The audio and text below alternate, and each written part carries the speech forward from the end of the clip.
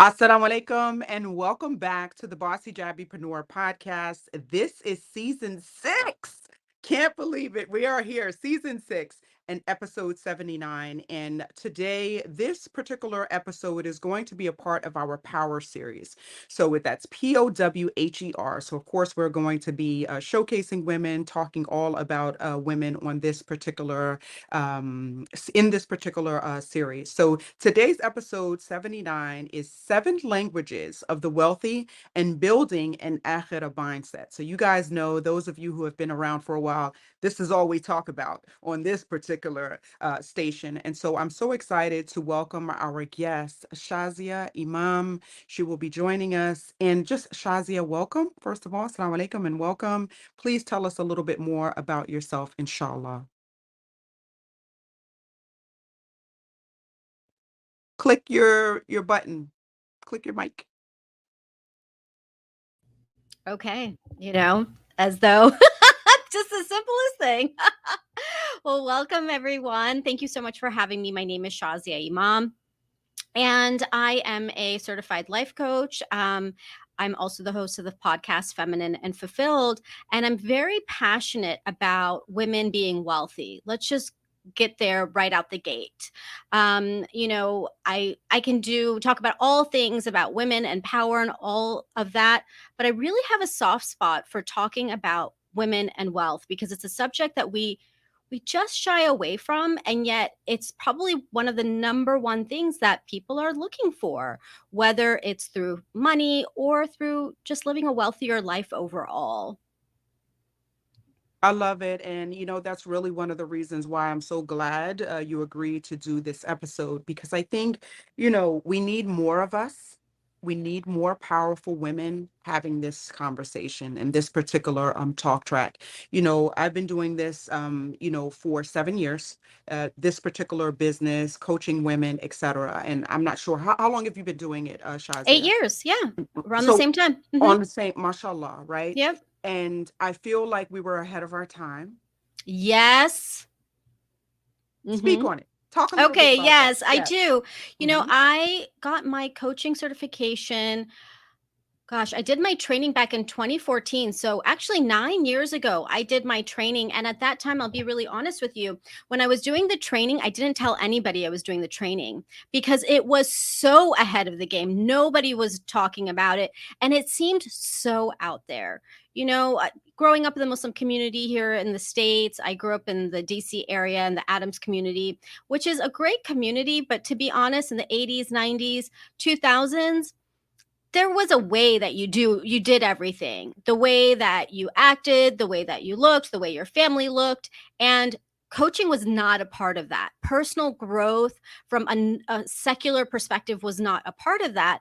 And there's a lot of personal growth within our deen, which I love and appreciate. And there is also more. There are things that we can do to really take ourselves to the next level that I actually believe are a part of our deen, but they haven't been incorporated into the culture of our deen.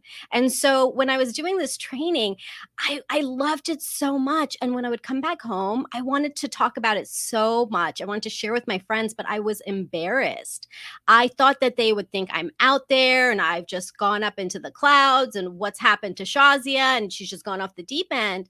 And now I look back and everyone's raving about the stuff I was learning at that time. Now everybody's on the boat, but at that time, you seemed like such a weirdo, especially in our community. And I would even say right now, Halima, I think we're still ahead of the game in many ways.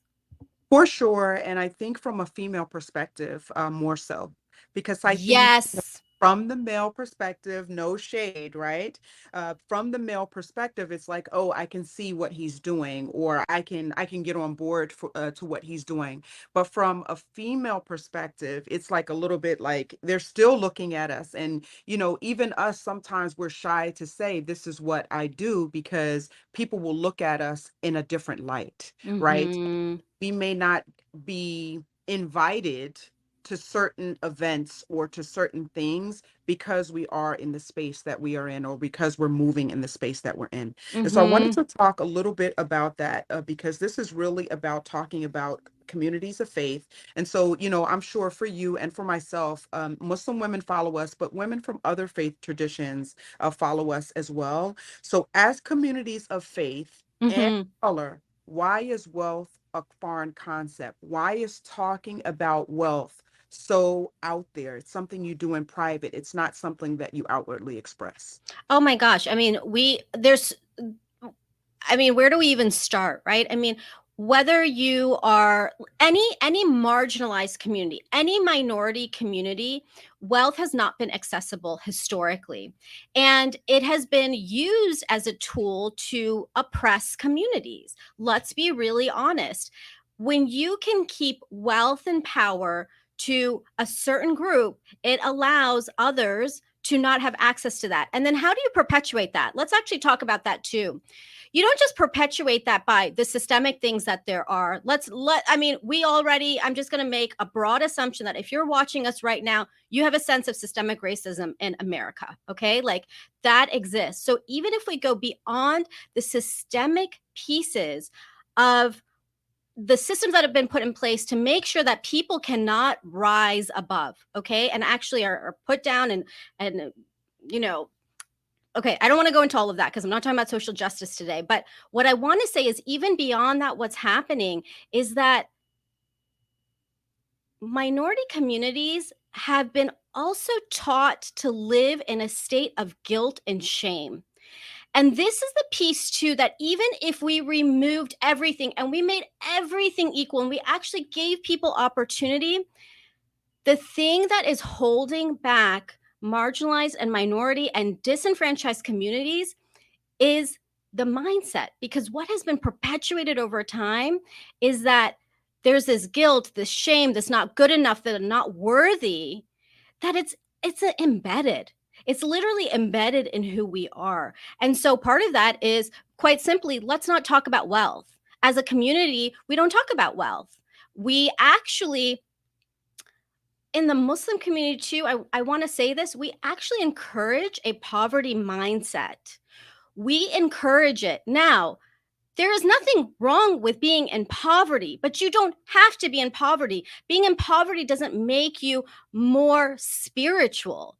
It doesn't make you more beloved. It's just that each of us have a different path that we have been given by the divine. And when we accept our path and we know that things are accessible to us, whether we ask through dua or through prayer or any sort of supplication, when we understand that we can ask for it, and it's not being humble to say, well, I don't want to be wealthy. That's not being humble. That's just what's been taught to us. That's what's perpetuated. Why? So that we don't have access, so that we don't go after things. And this is why, especially for women of color, I am so passionate that we are wealthy, because in fact, we have seen up until now what wealth and power has created in our world. We have an environment that is falling apart, groups that are continuously oppressed. I mean, again, there are so many things that are so depressing about our world today. And the truth of the matter is, when you actually put wealth and you put money into the hands of people with good hearts, who are caregivers, who are community builders, who are many times females are known to give to their communities before men are. Well, guess what? You can really, really incite change, really big change. And that's why women get to be wealthy. Otherwise, we're waiting on the sidelines. We're waiting for permission. We're waiting to like feel good enough. But right now, right here, right now, you're good enough. You're good enough. You're worthy. Do it. And if it's not for yourself, then do it because others need you. They need us. Halima, if we didn't do what we're doing right now, somebody wouldn't hear the message. So this is the same thing to whoever's listening right now. This is your sign, the big sign that says go after the thing. Because otherwise, we're just going to continue to be asking this question of, why not us? Well, it's time. It's definitely time. And, no better time than the present. Mm-hmm. There is this focus on the halal industry as a whole, right? So seven different segments within, under the umbrella of the halal industry. We happen to be in the education space, you and I.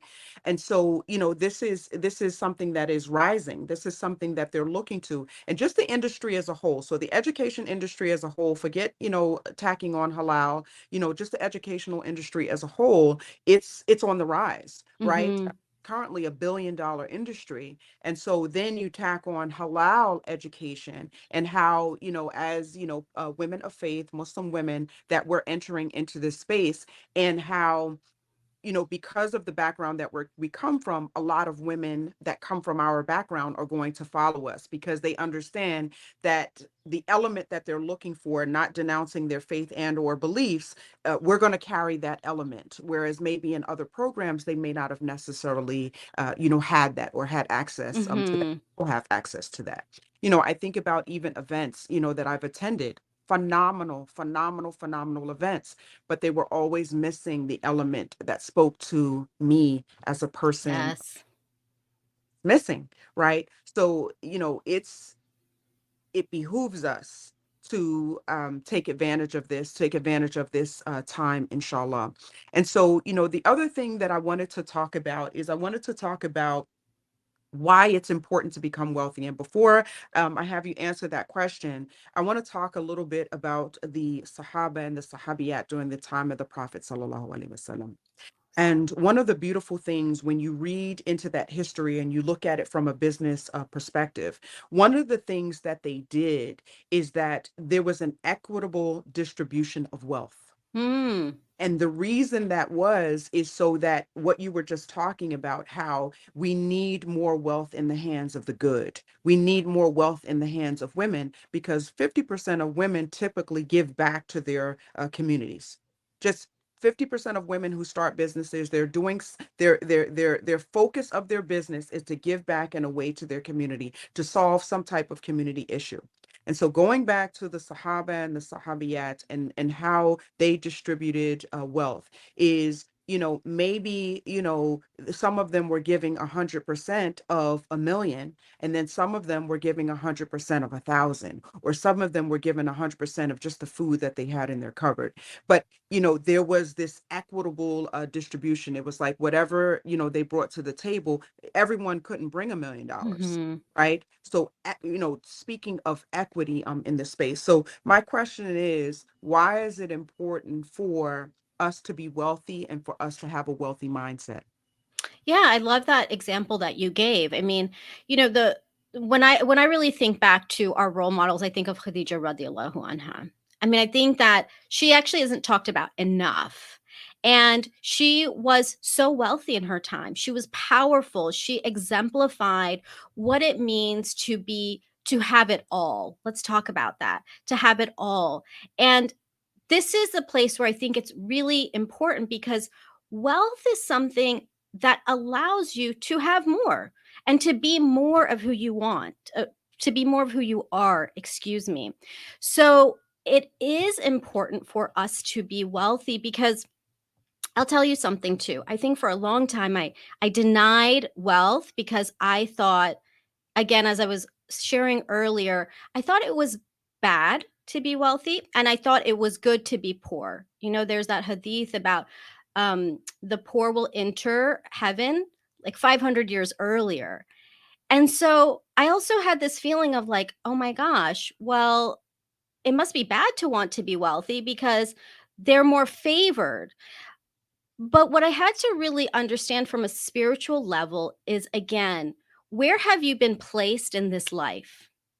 Where have you been placed? So, if you have any sort of privilege, whether it's through education, where you live, living in safety, like any kind of thing, right? Because we are talking to more minority communities here. I'm talking about other privilege, but if you have any of those things, understand that you are already not in poverty.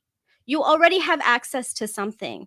So, let's let go of thinking we need to be poor and let's just go all in. Like that's what I think. Let's just go all in because we have enough examples of how wealth has done things in history to move things forward, right? You're talking about the Sahaba and the Sahabiyat. I mean, that is so important. We can't deny that part of Islam moving forward was through wealth.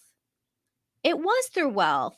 And whatever your goal is too, whatever that is, to me, I also just think that being wealthy is just because also you actually don't even have to have a purpose. We don't need also to feel like, well, I'm doing it to be good. I even think it's important to say, I just want to be wealthy.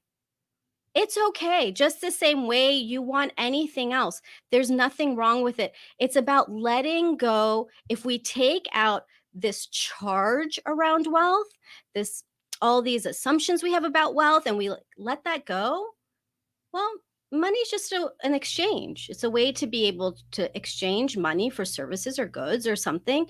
So when you have more of it, you can do more things. So that's actually something that I think is really important too, is that we can even let go of there being some reason of humility. Like, let's just step into it's okay to just claim it. It's okay. And when you have it, you can do so much from there too. I actually want to kind of go into that topic a little bit more just because it's the same way with women in business, right? So, I coach women in business specifically. And a lot of them are apprehensive about going into business because it's like, if I claim this thing, then I can't claim this other thing. And I think that it's important for us to understand that no, you can have it all. And Khadija radiallahu anha is probably one of the best examples. Mhm. This was a woman who was a wife, she was a mother, she was a friend, she was, this amazing woman in the community, but she was also this formidable woman in business. And none of her Islam was discounted because she was any of these things. And Yes. and I think that speaks to what you just said. And I think, and now that we've kind of, tackled this space where maybe women are apprehensive about going after their goals and dreams, going after wealth. Now we move into this space of how do we use wealth both in this life to secure the next? Because that speaks Mhm. to, we have to have this poverty mindset. No, there was a young lady who was in one of my classes and she put it so well. And she said, she quoted the same hadith, that you quoted, but then it was like, but the reason why the poor will go into paradise or heaven before the wealthy is because they will have less to be accountable for. So the Mm. wealthy they will be accountable for what they did with their wealth and, all of these things, right? Mhm.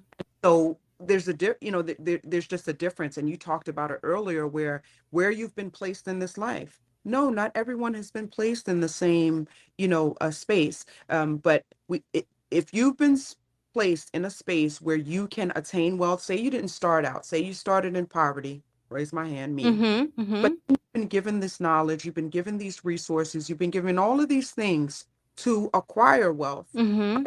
go after the wealth. Absolutely. So yes, if you can just elaborate on that, how can we use wealth as a tool here for the good? And I think we have to think about how Allah subhanahu wa ta'ala tells us. He didn't say that we couldn't enjoy this life. So Yeah. said we can have wealth just because, right? Absolutely. The dua that we make so often, the Prophet sallallahu alaihi wasallam, I think one of his favorite duas or most often recited is the one that give me the best in this life and the next and then save me from the fire. Okay? Like we recite this all the time. And it's so beautiful if we really think about it. We are asking for the best in this life. And we need to stop having secret duas that we're not making. So that is happening so much too. Women, like when we have this layer, I just see this layer so much of the guilt, the shame that I shouldn't, right? A should is a could with shame. So anytime you say should or shouldn't, just know that there's some shame in there. So I bring this up because we as women are oftentimes not actually asking for what we want. We are saying yes, we want these things. We ask for the good things, But there is a layer, like if you take off like all that stuff and you go deep down inside and you ask in the rawest way the things that you want, those are the things that I really believe are heard. It's not all the nicey nice things. I mean, ask for those things too, but what is that? What's that rawness? And I notice this so often with my clients because I attract like these powerhouses who have had to keep themselves small. And when you start going in, you start hearing, I'll give myself an example so I don't call anybody out. But I remember this moment in one of these programs, these personal growth programs, and they were asking, they're like, it was this activity, and they're like, what do you want? What do you want? What do you want? And it's meant to like break through these layers I'm talking about. And so they're going, and I'm like, I want a nice house and a husband and, all the nice things. And then they keep going. And I started yelling. I was like, I want power. I want power. And I was like, I want power. And I was like, I was mortified with myself. And at the same time, it was the truth. It was the truth. And I didn't want power so I can go oppress somebody. I wanted power because I'm a powerful woman. I'm a powerful woman who has so often, stuffed it and stuffed it and stuffed it. So to me, again, why was I given this fitra? Why was I given this nature? I wasn't given this nature so I can stuff it away and then wait for the next life to have those things. No, Allah has given us our fitra now, a set of like our character, our talents, our nature, like this whole thing where this concoction, and we are who we are. And the amana, the trust that we have is to use it. It's to use it. So I just believe in asking and going all the way. And actually, the more that you are yourself, the more that you are true to how you have been created by the divine, to me, this is what will align for us to be and have the things in heaven, in Jannah. It's not just saying, well, I'm fine, or it's okay, or just have patience. If we want to start really getting spiritual at a higher level than sabr, then patience is actually shukr, thankfulness, and gratefulness. So let's step into that. We have to move out of, I think there's been a lot of cultural conditioning through our faith, but also through where we've grown up. Again, I grew up in the US. So there's been a lot of conditioning that we have to let go of. But if we really want the best in the next life, let's believe we can have it here too. Facts. So we talked a little bit of before this, you guys, and I'm going to share a little bit of a secret here. And we are so in alignment, Shazia and I. And, I'm so excited for this conversation. I pray that this conversation is a benefit. And I'm going to share something with you, Shazia. Literally everything that you just said is in my new book, Power. What? And yes, and it's disregarding the notion of powerlessness. We are more powerful than we think, and we have to stop diminishing ourselves, denouncing ourselves in every single opportunity that we're in. And this goes even with dua. Even our duars are not radical. Our duars are safe for what we think we can get. And when we disregard this notion of powerlessness, right? What we're doing is we're almost like telling Allah that He is not Allah. Yes, because you're trying to control the outcome. You're trying, just like you said, what you think will happen. That's a way of control. It is a way of control and not trusting. Because if we really believed in Allah, the majesty of the universe and the heavens, then wouldn't we just ask for anything and everything? I mean, even things we've never seen, we could never imagine. That is the place that we get to go. That is the place, that is the thing that shifted my life. I had to start asking for the things that I could not see, that I could not fathom.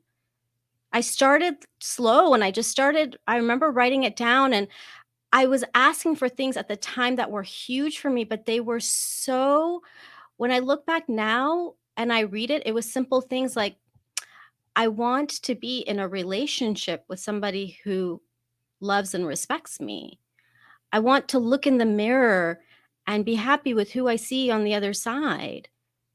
At the time of where I was in my life, those things just seemed unfathomable, like just like impossible. I wasn't even asking for like take me to the moon on like a unicorn, I mean, it was so what we're talking about, Halima, and what you have in your book too, truly, like, let's make our duas deeper, more radical. I love that word. Be radical, be revolutionary, like go all the way. You know what I love that you just talked about? I love that you talked about in regards to a spouse, right?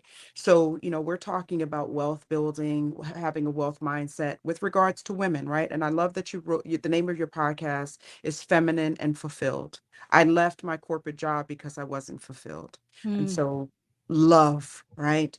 And so, with regards to a spouse, I think that women also diminish and denounce themselves because they feel like if they say, I want to go after this dream of being an entrepreneur, or I want to go after this dream of just having more, of being wealthy, of being a millionaire, a multimillionaire, a billionaire, even, that if I say these things out loud, that then it means that I'll be single forever, that I mhm, that I won't be able to have a spouse. And I talk about this as well because when we think of the word power, women don't even want to say power.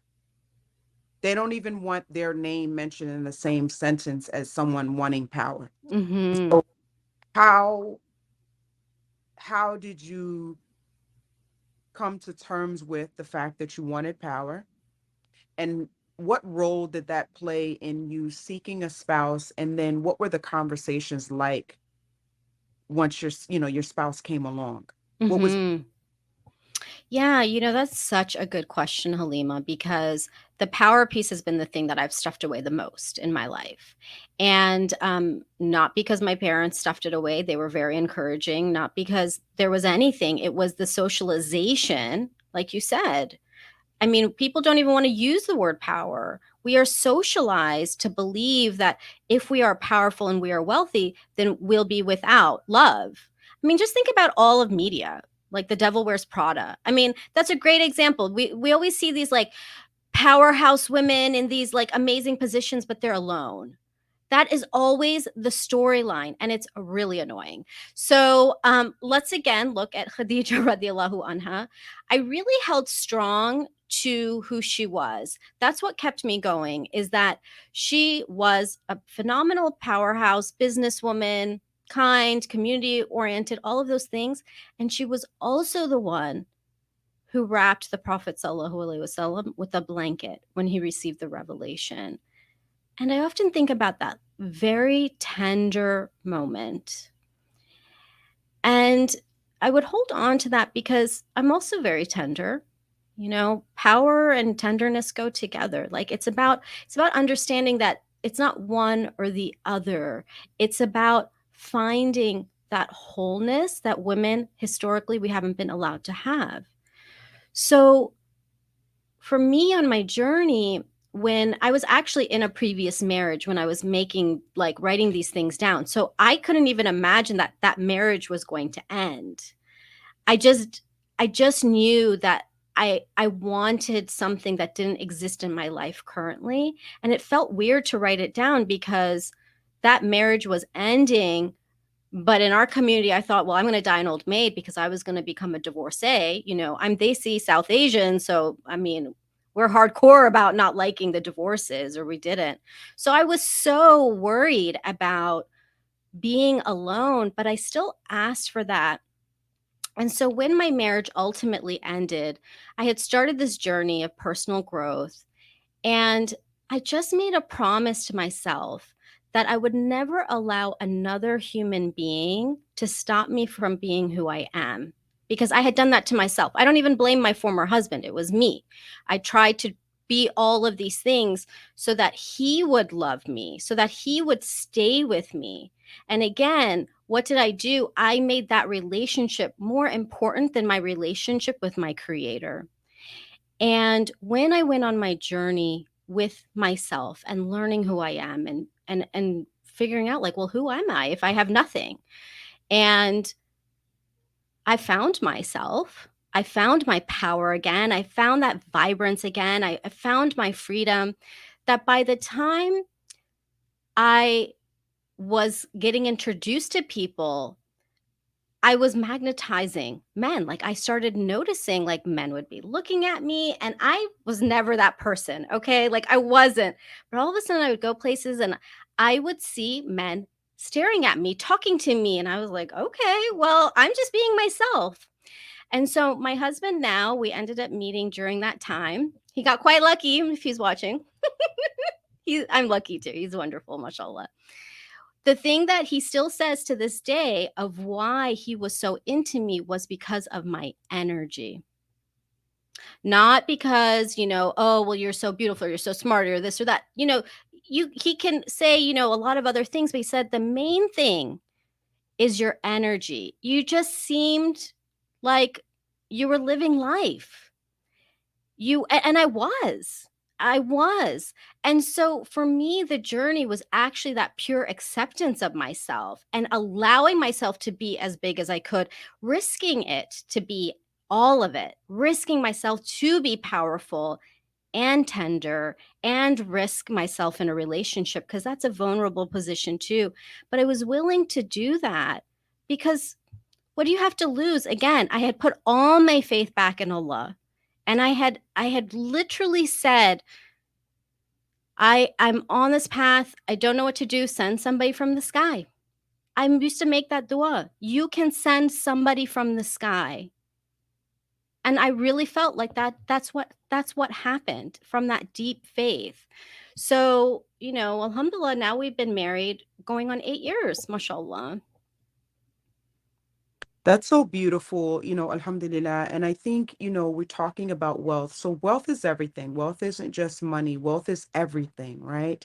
And, talking about risk, right? So risk in everything, Yes. your spouse, just your life, just in general, even the knowledge that you have, like that it's rich, right? And secure and just, powerful.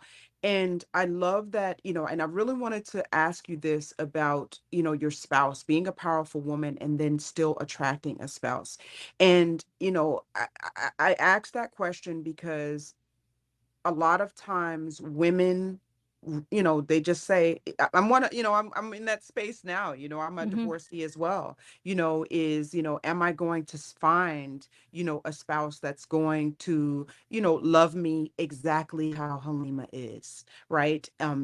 Where she's in this space where she wants to, just champion women, and she's out there in the public eye and she's doing all of these things.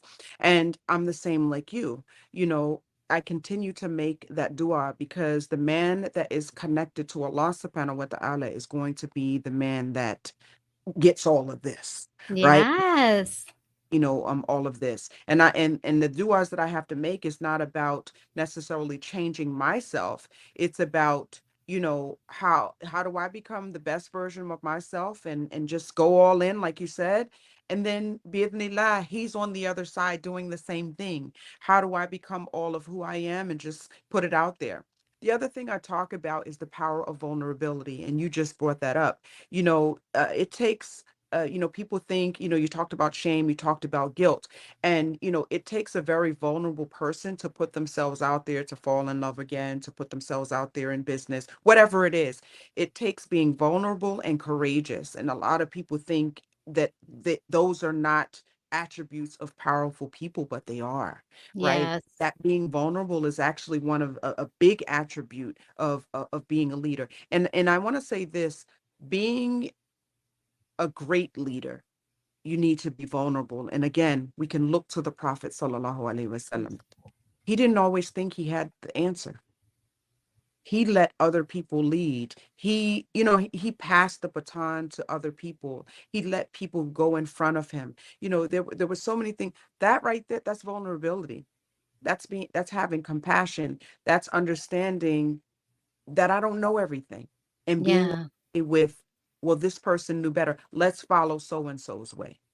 That was the Prophet sallallahu alaihi wasallam. So, just, us understanding. that. And so now going back to just the attainment of wealth, what's a powerful action that someone from the audience, if this is their first time interacting with you, Shazia, what's a powerful action that they can take to achieve wealth? And I know you had a course that you did, and it was called Seven Languages of the Wealthy. I thought I love the title. I was like, we're going to include that in the title of the episode, right?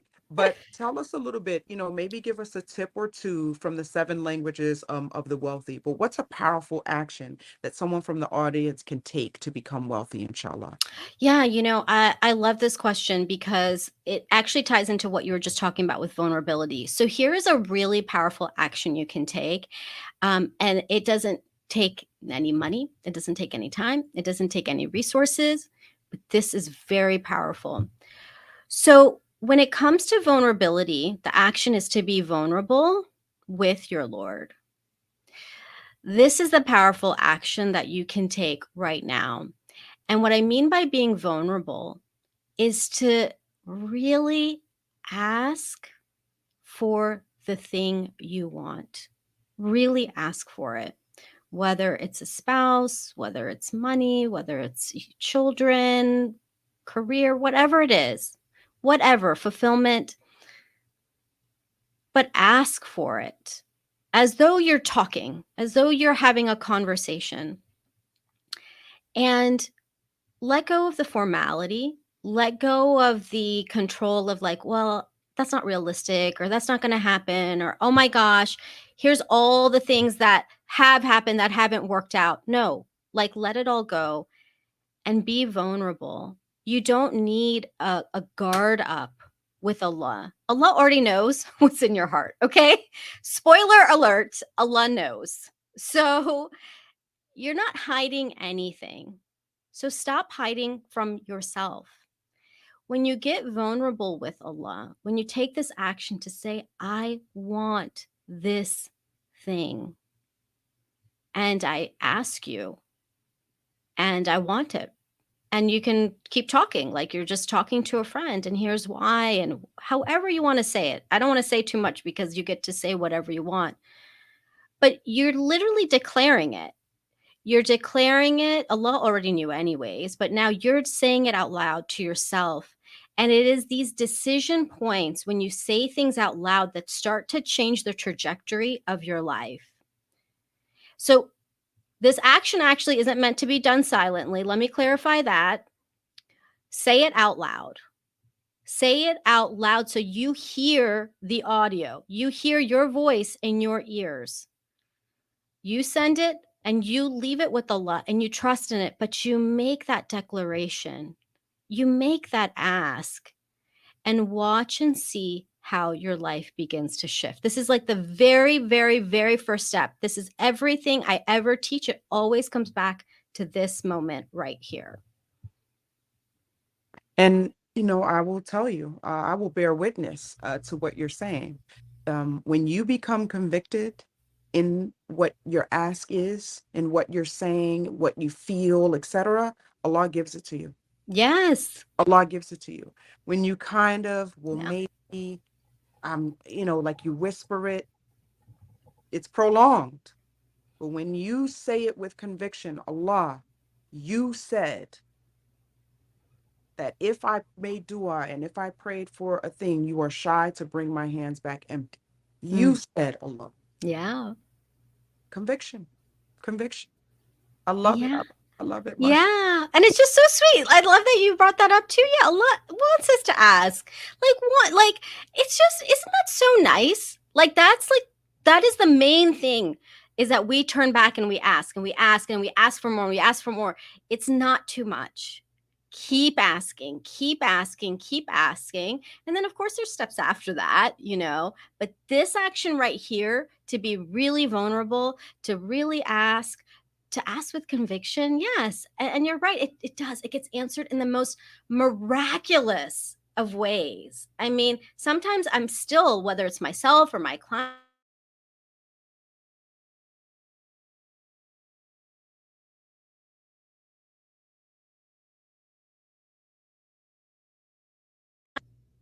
So even still, I'm surprised at times, like by the miracles that continue to unfold all the time. It's just fascinating, and I've just gotten to a point where it's delightful to see the miracles, but I'm not surprised either. I mean, I'm delightfully surprised, but not surprised at the same time.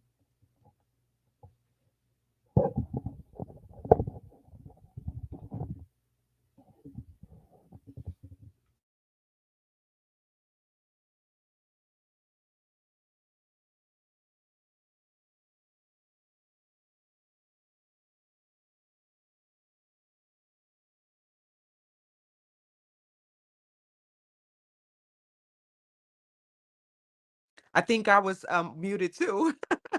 Mashallah. I was saying, that God wink moments, right? So I feel like those Yes. moments are like these God wink moments and or Allah wink moments. And sometimes I'll look like to the side and I'll go, okay, Allah, and I'm like, you're talking about, say these things out loud. I talk to Allah out loud all the time. And, you have to think of Allah like your friend. Like talk to Yes. him like you would your friend. Because one, like you said, he wants us to talk to him and he loves when we ask of him. Why are we going around asking other people? We could just ask him. He can move people. Think about people that you've asked for something and they don't give it to you. Or it's like a snooty, like, okay, maybe, right? But when you ask Allah, Allah doesn't do that to you, Yes. right? Yes. Oh my gosh. I have to say something about this. Um, our relationship with Allah is not transactional. It is not transactional. And you don't have to be good to get something in return. You don't have to do XYZ to do something in return. There's a beautiful book by, it's called The Hikams of Ibn Attallah. It's beautiful. So it's these wisdoms. And one of the wisdoms, one of the first ones, is that you will know that you are attached to your deeds by the way that you are in despair when you fall away from them. I mean, take that in for a moment. So, are you attached to your deeds so that you feel bad when you don't do them? That's not what faith is about, right? Because we don't need to be attached to our deeds. Allah doesn't need what we're doing. It's for ourselves. So notice that about yourself. And I notice this a lot for women is that we have that feeling, and it's not that there's something wrong with you, it's that we've been conditioned to be very transactional. And actually, that's not even a part of our deen. That actually comes from other faith systems where, the whole sinner and the whole thing. We don't actually have that. And we need to start really going deeper in that way. So the main thing I want to say for today, though, is don't make it transactional. And if it helps for you, for me, and it sounds like for you too, Halima, I see Allah as my friend. I'll cozy up with my cup of tea. I remember years ago in my lowest point, I would just cozy up and I would sit in bed with my tea and I would sing. I would sing to Allah, okay? I can't believe I'm sharing this. And I would be like, oh, Allah, I love you. And I would just sing. I don't know where it came from. Nobody ever taught me this, but it was just so, again, being vulnerable and being connected. And I started to really understand and feel connected to Allah outside of the Sunday school paradigm, outside of the halal haram paradigm, outside of the Allah that I thought in my mind being a schoolmaster or a principal or uh, even a male figure. I will say something controversial. I don't think it's that controversial, but sometimes I say she instead of he because it can be loaded using the word he, right? And Allah doesn't have gender and all of these things. So whatever it takes for you to understand that Allah is not just another human, right? Like you said, not another human you're asking from. This is your creator. This is a Rahman, like the the most merciful, the most giving. I mean, a Rahman, it comes from like the womb, right? Raham. I mean, it's so like to feel that deep connection, I feel such a maternal connection. Like I feel this maternal connection to Allah. And that was really important for me to explore. So that's been my journey. I'm not here to have a religious conversation, but it's really important because I hear this from women time and time again that if you feel that sort of just a dissonance from Allah because you have that sort of halal haram schoolmaster kind of thing, it's okay. That's been conditioned. Recreate your relationship, build a new relationship. Again, Allah is there. Allah already knows how you feel, and Allah is not asking you to be the perfect person and think in the perfect way and make the perfect dua and say all the salawat and then this and then this and then this before you can ask. Allah has just asked us to ask. So it's really coming back to simply feeling connected. So, yeah, I'll pause here because this can go into a very big conversation. It sure can. And I'm just going to add on really quickly there. In the new book, Power, I actually shared the 99 names of Allah. And I shared the 99 names of Allah to the point that you just made. Everyone's connection, maybe someone doesn't want to call him Allah in that moment. Maybe they need to call him something else. Yes. Mine is when I really want to connect to Allah subhanahu wa ta'ala. Mine is Ya Dhal Jalali wal Ikram, O Lord of majesty and honor. Like, Mhm. I need you. Oh, you are the most majestic, you are the most honorable. Allah, I need your help. Or Allah, I need you to hear me in this particular moment. There was a sister I was praying with her in an airport, Seattle Washington airport, and it was her first day of work, and she was like, "Oh man, am I going to get to make Juma, on my new job?" And right in the middle of the airport was an area for us to pray, a little musalla, area, and her word was Ya Latif, That's and I mine. oh I love oh reality. tell us about it, because the way she said it, we know the 99 names of Allah, but the way in which she said it, I started dhikkering that name because I was like, subhanallah. You know what I mean? I want to connect to him with that name. So please tell us a little bit about that and then we'll move on, inshallah. Yeah. Oh, for me, Ya Latif is my favorite name because when I had learned, or attribute, excuse me, when I had learned and, read about the 99 names, Ya Latif was typically said to be the most kind. But when I read about it, it's actually the secret. So there is a secret in the kindness. There's a secret in the way that Allah gives to us. So it's a little bit mysterious. And I love that. I love because there's so many things that are veiled from us. We don't know anything. We really don't. And it's what I hold on to. Like it feels again tender that Allah has whatever secret that we need, it's there. Whatever we want to ask for, we can ask in this way because there's a secret in it. I mean, Ya Latif, Al Latif is just it's so powerful. And I know that I haven't even tapped into it in terms of the learning. But it is so beautiful. If I ever have another son, I want to name him Latif. Like I just Abdul Latif, so beautiful. Abdul Latif, listen, Yeah. Allahumma ameen, right? One of the ones that I love is Al Fatah too, the open. Yes, the opener. And I use that for everything. Yeah, Allah, Al Fatah, open up my mind. I'm doing this project. I have to help this client. Al Fatah, open my mind so that I can deliver, the information or the answer or the solution to whatever it is that they need.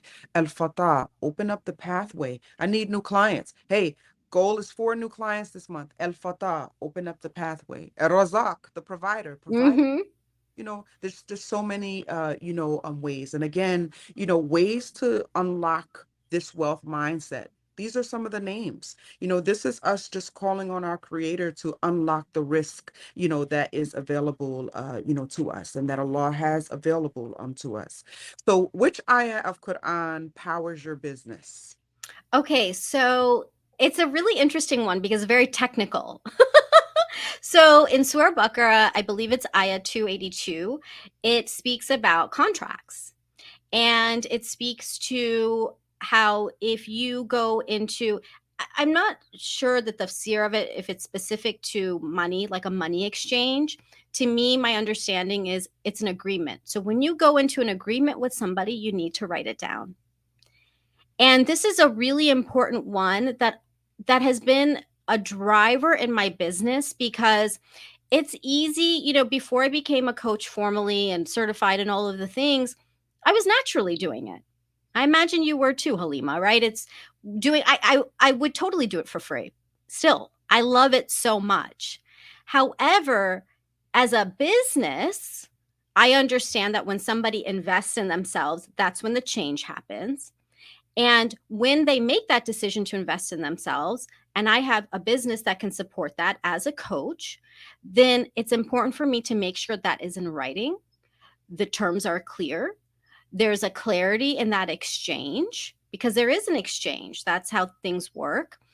And I just love that we have that in the Quran to guide that so that we don't have to feel bad. So many women are like, oh, I feel bad. I don't want to charge her. I don't want to do this. And I'm like, no, like you are like, it has been told to us that you need to make it clear. Clarity, terms, agreements, contracts. This is a part and parcel of our deen. And you know what? I just want to add on really quickly. If you want to learn anything about business, read Surah Baqarah. Hands down. You speak to 100%. anyone in business, the full surah, right? I mean, there's so many hidden gems like the one that just mentioned in Surah Baqarah. Like that's business 101, read Surah Baqarah. Like really Yes. and truly. And I love that you talked about, you know, the contracts in correlation to women. I don't want to charge. I don't, we're meek and mild in that space, but it is a part of Islam. Absolutely. I remember in the beginning, of my business, a lot of what I do, so I handle the business side. And so a lot of what I'm doing is I know, launches, I know new products. I have all kinds of background information to these businesses. Some of them I've worked with, since the beginning, 7 years, 6 years, 7 years, and some of them we've parted ways. It is those contracts that even though I don't work for them anymore, that keeps me within my integrity, right? So I'm not going to tell someone else about a launch that a business has coming up because non-disclosure agreement was signed, Yes. right? And in many cases, I work with a lot of new businesses, so they don't even know what an NDA is when they first come to me. I introduce a non-disclosure agreement because I know that their business is going to grow, right? I know, the work that I do and then the work that, the support that we provide, their business is going to grow. I mean, right? And so there's going to come a point where you're not going to want, someone to know, hey, this product is coming out in a month because it may tip off your, competitor, so to speak. And so it's very important. And I remember, a sister where I said, okay, would love to work with you as a subcontractor, but I need you to sign this NDA. And I remember her coming back to me, oh, I don't want to sign a non-disclosure agreement. And although I loved her and I wanted to hire her as a subcontractor, I had to say no Hmm. because that NDA wasn't just for me. That NDA was for the client that she was going to be subcontracting with. So, it's one thing we have an agreement, but then I have a responsibility to this business here that Hmm. I subcontract with. We're making sure that the integrity is still there. And you don't have to worry about any of us telling any of your information, whether it's 10 years down the line or 2 months from now. Yeah. So I love that you talked about that particular ayat, mashallah. And so for any women that are listening, get those contracts into place and don't feel meek or shy about them. Halima, So can I just give a piece of advice? please, yeah. Because it was making me think of something else too, is that it's so important to have clarity. And I think this is missing. You can tell a newer entrepreneur with a more seasoned entrepreneur based on clarity. So I know that sometimes when you're starting a business and you're trying to get it off the ground, or it feels uncomfortable to do contracts or to be really clear about things. Your client or customer wants that clarity. They are coming to you because they want clarity, whether it's how to buy your product or your service. When it's convoluted, when it's like, oh, I don't know, I'm not sure, and I'll give an example. I was there too. The first time I offered my service to a company, and they were like, okay, sure, we'll hire you, because I was already helping them. And I said, oh my God, okay. And they said, well, how much do you want to be paid? And I said, I don't know. I'm not sure. And they're like, well, just give us a number. And I'm like, no, no, no, I really don't know. And here I was thinking, oh my God, how could I ask them to pay me? Like, how can I give them a number? That's so weird and that's so greedy. And I had all of these thoughts. I was brand new. This was one of the first things I ever did. And alhamdulillah, thankfully, they loved me enough. They were friends of mine that they were like, okay, Shazia, we're going to pay you this amount of money for this amount of hours. And I said, great. And I was just so happy, because at that time I was just happy to receive. But I want to share this example to say that now when somebody comes to me, yeah, I have my contracts, I have my packages, I know. And it's a huge difference. It shows the level at which you're showing up. So it's a benefit for you to be very clear about what you offer, whether it's the investment point, the cost, what it is that you do. And it comes with time. Don't worry. You don't have to be perfect from the get go. Like, I'm not saying that. But I am saying that go ahead and be clear. It's actually the clarity that makes you a better business owner, that makes people want to work with you more than being quote unquote nice. The nicest thing you can do is to be clear. Facts. Going back to the Sahabiyat, right? One of the women that surrounded the Prophet, sallallahu alaihi wasallam, she was in charge of the orchards, Ayman. So if you don't know her, Ayman radiallahu anha, she was in charge of the orchards.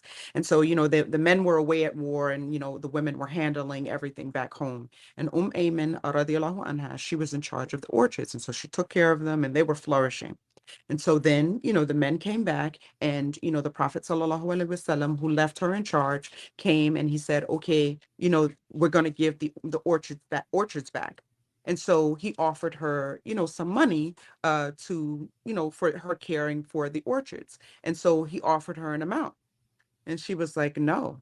And then he offered her a higher amount. No. Not until he had offered her 10 times the amount of his original offer did she say yes.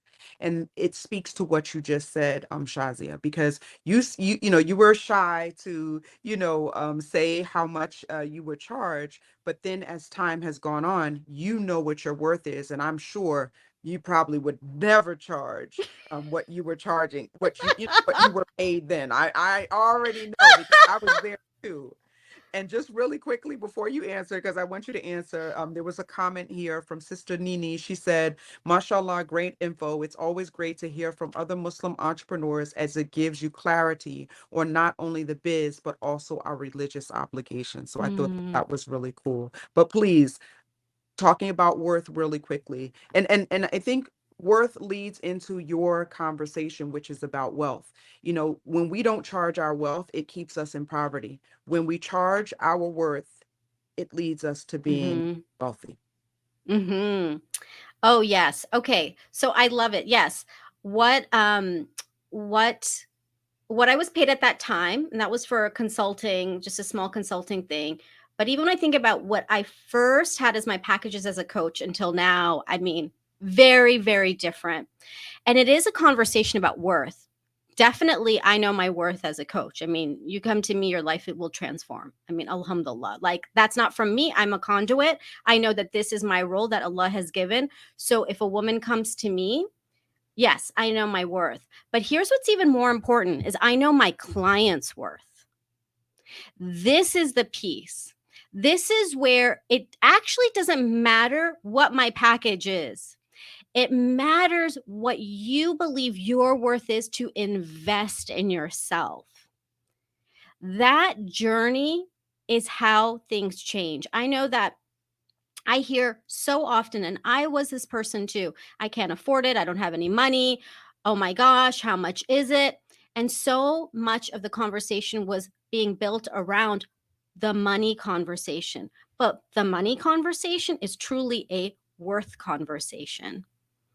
So when you are thinking about whether it's your business or investing in yourself in something else, it's all interrelated, right? Because in your business too, you're investing in yourself, you're deciding like what your product or service is worth.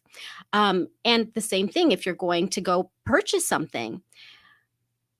This is really important to understand that it's not about the number. Don't worry. People are always like, oh, it's going to be too high. Mm-mm.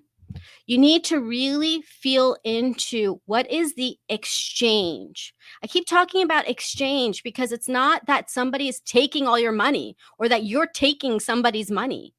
You know, I know a lot of entrepreneurs feel like, oh my God, but they gave me all this money. No, they just exchanged because you have something for them. Now, if you're going and you're robbing people's like bank accounts in the middle of the night, okay, that's a different conversation, but that's not who we're talking to right now. Worth is really important to understand. And when you start to move into this exchange model, when you start to understand that currency is a current that's just moving, the conversation changes completely. I don't have anybody now who talks to me about being too expensive. And trust me, my packages are an investment. But people really understand that it's an investment for them. They understand that if I'm coming and I'm talking to Shazia or I'm talking to Halima, I know that they have something that can do something that I'm looking for. And my role as a coach, my role as a person on this side of the offer is that I hold that space for all that is possible for you. That's the real worthiness conversation. And when I hold that space, because I look back now, again, in my early years of coaching, where I used to worry so much about money and what are they going to think, I let so many women go that gave me the I can't afford it conversation, and their life did not change. And many times it actually started spiraling worse, only because I made it a story about myself. Oh, I don't want to charge them. Oh, yeah, okay. Ooh, that's greedy. Now I'm like, look, if you really don't have money, okay, that's a different conversation. But when you're really ready to invest in yourself, it is up to me to hold that space for you to come in so that your life can change, your life can shift. So, for every entrepreneur who's watching right now, this is what you get to think about. What is your product or service? It's doing something for somebody else. Step into the worth of that. Don't worry about the number. And please don't undercharge, okay? I'm doing this assuming you're going to already be at a price point that is what the product or service is worth. But I want you to really allow yourself to understand that the money conversation we're having in our head, it's actually a little bit selfish. Get over it. What is it that you're providing? And then let everybody know, make it easy, make it clear, and then let people have that exchange. I love it. And that really speaks to having a wealth mindset, right? So, there's this saying, build it and they will come.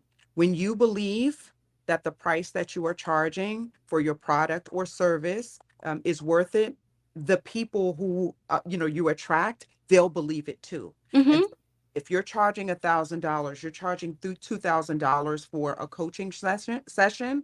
When you believe it, they will believe it and they will come. They will come and they will purchase your service from you. I'll give you a perfect example. I started out, one of my coaching packages was $1,500. Mm. It took me a while to get to say $1,500. My coaching package is $1,500 a month. But when I believe it and I became convicted in it, I attracted that client. And then once I attracted that client, of course, it helped me attract other people. But then once the client saw what I was giving them, and I came to them and I said, hey, this is the current package that you're on, but I think you would benefit more from the $4,500 package. And this is everything that it entails. It was a no-brainer for them to move from that 1,500 to that $4,500 package. And and I know you, Shazia, you can totally attest to this. And that was because one, they saw the value at 1,500. and they knew the value at 45. And when a person parts with their money, it's because they believe that the value that they are going to receive is bigger or greater. Yes. Talk about that really quickly. Yes, 100%. Oh my gosh. I have to tell you a story. It's so recent because look, we all are, I'm always learning the same things. I'm not trying to say like, oh, I'm ahead and I'm done. No. Okay, so I'm going to share a story with you. So my father passed away in December, very unexpected. And when he was dying, I made two promises to myself. I said, I'm going to make sure that I use my time wise. I'm going to take care of my time and I'm going to take care of my health. So after like the real winter season of grieving, when I came out about a month ago, I said, I'm ready to take care of my health. Okay.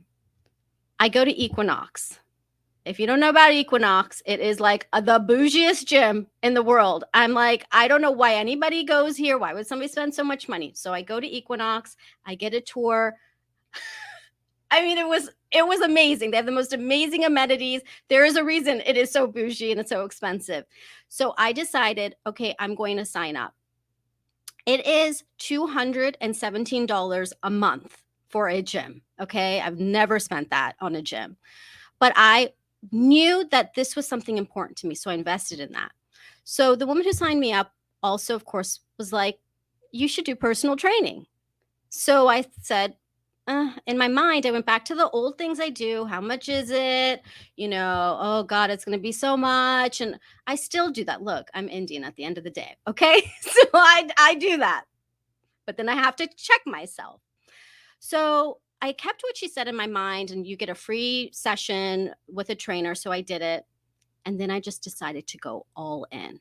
Okay. And I got 28 sessions for like, I think it was $3,150 for all of it. And I didn't have that money in my bank account at the moment. I'm not even like kidding. Like how many times I'm just reminded when you invest in yourself, like you said, you're investing in something that is more than you think is more valuable than what you put in. I wasn't even there yet. Okay. I was just like, I have to do this. But you know what? Within literally 1 or 2 weeks, I had 2 new clients come in. Done. Done. Okay. Like, so subhanallah, I'm saying this because this just happened to me. And what's happened since I invested in my health? I have been at the gym every single day. I've been doing my training sessions. I've been eating healthy. Like I'm in a mode now. So that promise I made to myself, it meant something to me. So remember when you had asked the question earlier, what's the one powerful action? Well, here's the next thing is that when you make that declaration, when you make the ask, when you put the choice out there, when you decide on something, there will be things that come in your way or come to you, and you can continue to choose. Do I choose this or not? It's no coincidence that all of this happened. Allah made it easy for me, but I still had to take aligned action. So, this is another step to take that aligned action. If I had just said, no, I'd gone to Equinox, no, and then I didn't go to the gym, or if I even said, I don't need a trainer right now, I can do it. The woman, I remember she said, people who get a trainer within the first 7 days of joining, their health journey is like exponential. And I just trusted her. And she was right. Was she trying to sell something? Of course. But was she also being genuine and telling the truth? Yes, she was. They can coexist. She took a stand for me, and now I'm so happy on the other side.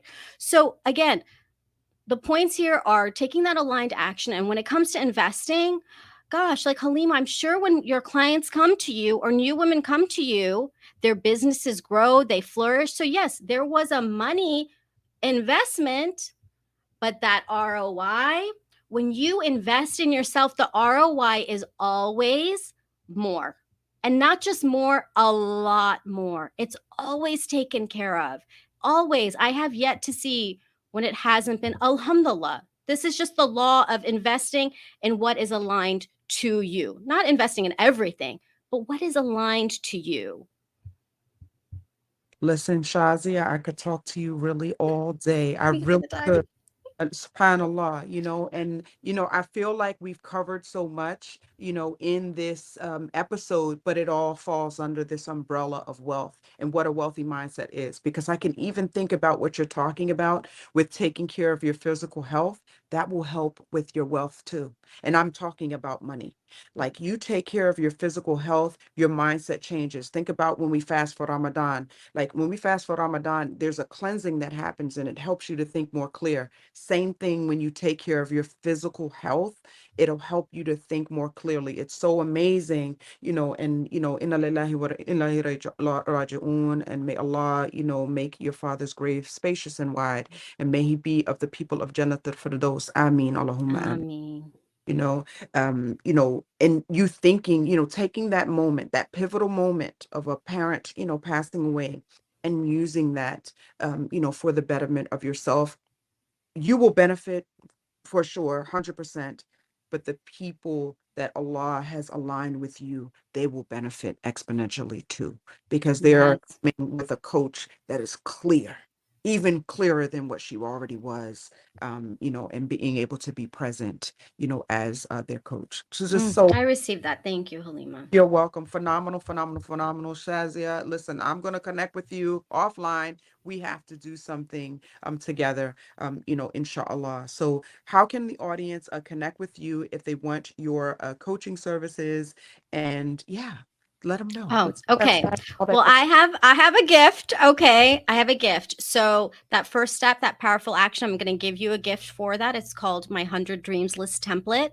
It's exactly what I used to start writing those things down that I wanted in my life.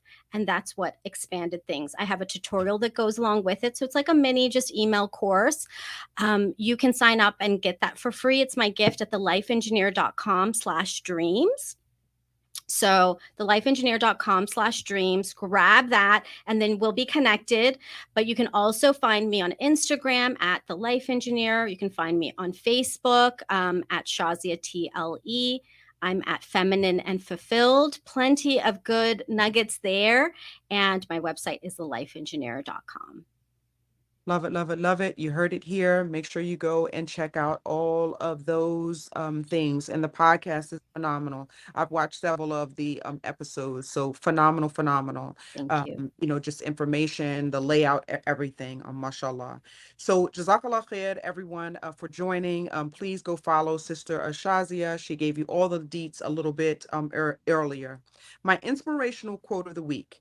And whosoever fears Allah and keeps his duty to him, he will make a way for him to get out from every difficulty. And he will provide for him from sources he never could imagine.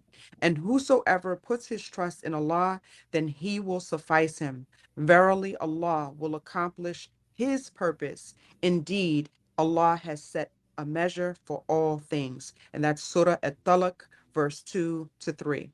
I pray this episode was a benefit. We'll talk to you all soon. Peace. Assalamu alaikum.